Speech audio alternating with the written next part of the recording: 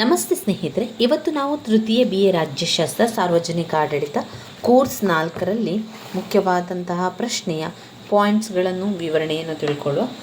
ಜನತಾ ನಿಯಂತ್ರಣದ ಸಾಧನಗಳ ಬಗ್ಗೆ. ಜನತಾ ನಿಯಂತ್ರಣದ ಸಾಧನಗಳನ್ನು 5 ಅಂಕಕ್ಕೆ ಹಲವು ಬಾರಿ ಕೇಳಿರುವಂತಹ ಪ್ರಶ್ನೆ. ಜನತಾ ನಿಯಂತ್ರಣದ ಸಾಧನಗಳಲ್ಲಿ ಒಂದು ಚುನಾವಣೆ ಪದ್ಧತಿ. ಪಾಯಿಂಟ್ಸನ್ನು ಮೊದಲಿಗೆ ನೋಡ್ಕೊಳ್ತಾ ಹೋಗುವ.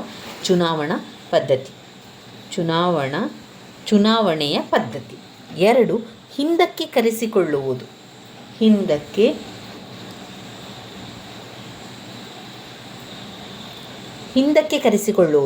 3, ಸಲಹಾ ಸಮಿತಿಗಳು.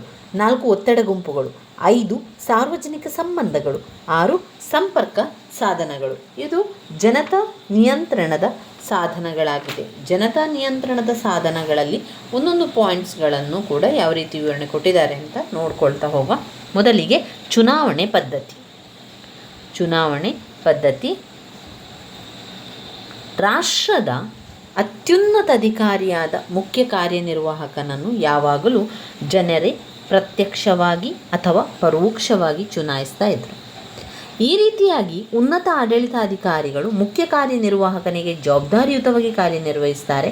ಹಿರಿಯ ಅಧಿಕಾರಿಗಳು ಸರ್ಕಾರದ ನೀತಿ ಧೋರಣೆಗಳನ್ನು ರಚಿಸುತ್ತಾರೆ. ಈ ರೀತಿಯಲ್ಲಿ ಅಧಿಕಾರಿಗಳನ್ನು ಪ್ರಜಾನಿಯಂತ್ರಣಕ್ಕೆ ಒಳಪಡಿಸಲಾಗ್ತದೆ. ಕೆಲವು ರಾಷ್ಟ್ರಗಳಲ್ಲಿ ಆಡಳಿತಾಧಿಕಾರಿಗಳನ್ನು ಚುನಾಯಿಸುವ ಪದ್ಧತಿ ಇದೆ.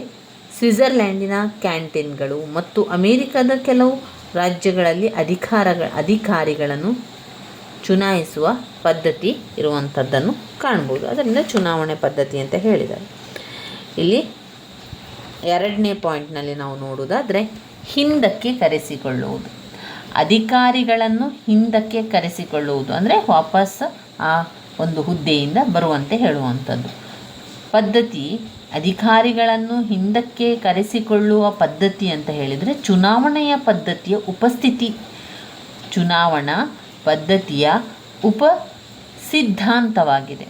ಯಾವ ಸರಕಾರಗಳಲ್ಲಿ ಅಧಿಕಾರಿಗಳನ್ನು ಚುನಾಯಿಸುವ ಪದ್ಧತಿ ಇರುತ್ತದೋ, ಯಾವ ಸರಕಾರದಲ್ಲಿ ಅಧಿಕಾರಿಗಳನ್ನು ಚುನಾಯಿಸುವ ಪದ್ಧತಿ ಇದೆಯೋ ಅಲ್ಲಿ ಅವರನ್ನು ಹಿಂದಕ್ಕೆ ಕರೆಸಿಕೊಳ್ಳುವಂತಹ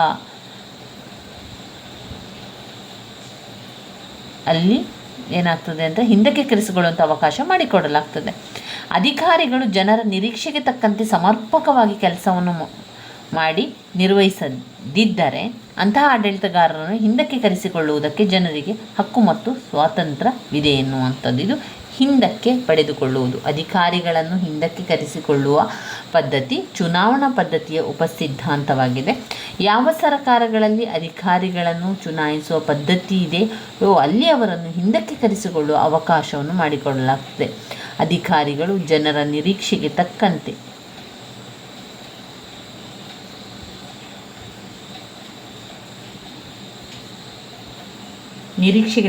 ಸಮರ್ಪಕ ಕೆಲಸ ನಿರ್ವಹಿಸದಿದ್ದರೆ ಅಂತಹ ಆಡಳಿತಗಾರರನ್ನು ಹಿಂದಕ್ಕೆ ಕರೆಸಿಕೊಳ್ಳುವುದಕ್ಕೆ ಜನರಿಗೆ ಹಕ್ಕು ಮತ್ತು ಸ್ವಾತಂತ್ರ್ಯ ಇದೆ.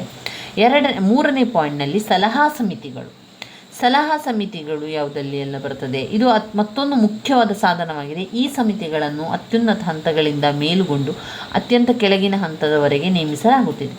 ಈ ರೀತಿಯ ಸಮಿತಿಗಳನ್ನು ಆಡಳಿತದ ವಿವಿಧ ಇಲಾಖೆಗಳಲ್ಲಿ ವ್ಯವಸ್ಥೆ ಕೂಡ ಮಾಡಲಾಗಿರುವಂಥದ್ದು. ಈ ಸಮಿತಿಗಳು ಹೆಚ್ಚು ಉಪಯೋಗಕಾರಿಯಾಗಿದೆ. ಹಾಗೆ ಸಾಮೂಹಿಕ ಯೋಜನೆಗಳ ಆಡಳಿತ, ಆಹಾರ, ವ್ಯವಸಾಯ, ವಾಣಿಜ್ಯ, ಕೈಗಾರಿಕೆಗಳ ಇಲಾಖೆಗಳಲ್ಲಿ ಈ ರೀತಿಯ ಸಮಿತಿಗಳು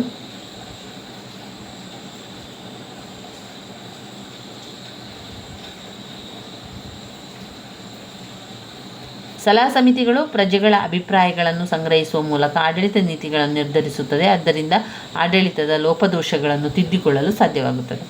ಇನ್ನು 4ನೇ ಪಾಯಿಂಟ್, ಒತ್ತಡ ಗುಂಪುಗಳು. ಆಧುನಿಕ ಆಡಳಿತವು ವ್ಯವಸ್ಥಿತ ಖಾಸಗಿ ಆಸಕ್ತಿಗಳ ಪ್ರಭಾವಕ್ಕೊಳಗಾಗುತ್ತಿರುವ ಪ್ರವೃತ್ತಿಯನ್ನು ವ್ಯಕ್ತಪಡಿಸಿದೆ.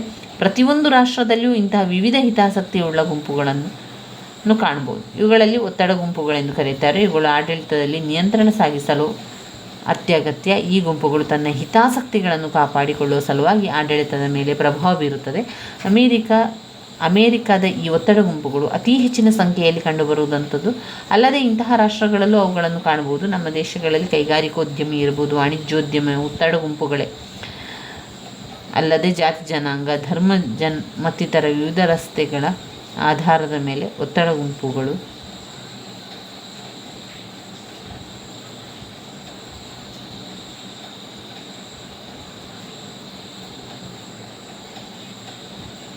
ಇನ್ನು 5ನೇ ಪಾಯಿಂಟ್ನಲ್ಲಿ ಸಾರ್ವಜನಿಕ ಸಂಬಂಧಗಳು. ಒಂದು ಪ್ರಜಾಸತ್ತಾತ್ಮಕ ಆಡಳಿತದಲ್ಲಿ ಜನರು ಹೆಚ್ಚು ಕ್ರಿಯಾಶೀಲರಾಗಿ ಆಡಳಿತವನ್ನು ಪಾಲ್ಗೊಳ್ಳುವಂತೆ ಮಾಡಬೇಕಾದ್ರೆ ಅವರಿಗೆ ಸಾರ್ವಜನಿಕ ವಿಷಯಗಳ ಬಗ್ಗೆ ಸರಿಯಾದ ಸಕಾಲಿಕ ವಿವರಣೆ ಸುದ್ದಿ ದೊರಕುವಂತಾಗಿರಬೇಕು. ಇದಕ್ಕಾಗಿ ಒಂದು ಸಾರ್ವಜನಿಕ ಸಂಬಂಧ ಇಲಾಖೆ ಇರುವುದು ಅಗತ್ಯ. ಸಾರ್ವಜನಿಕ ನೌಕರರು ತಮ್ಮ ಕೆಲಸವನ್ನು ದಕ್ಷತೆಯನ್ನು ನಿರ್ವಹಿಸುವುದು ಮಾತ್ರ ಅಲ್ಲದೆ ತಾವು ದಕ್ಷತೆಯಿಂದ ತಮ್ಮ ಕರ್ತವ್ಯವನ್ನು